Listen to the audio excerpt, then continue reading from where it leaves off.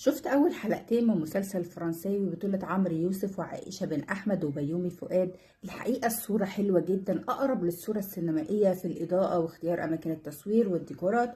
الطريقة اللي بيقدم بيها المعلومات الخاصة كمان بالشخصيات حلوة جدا، مش بيرمي معلومات بالطريقة التقليدية.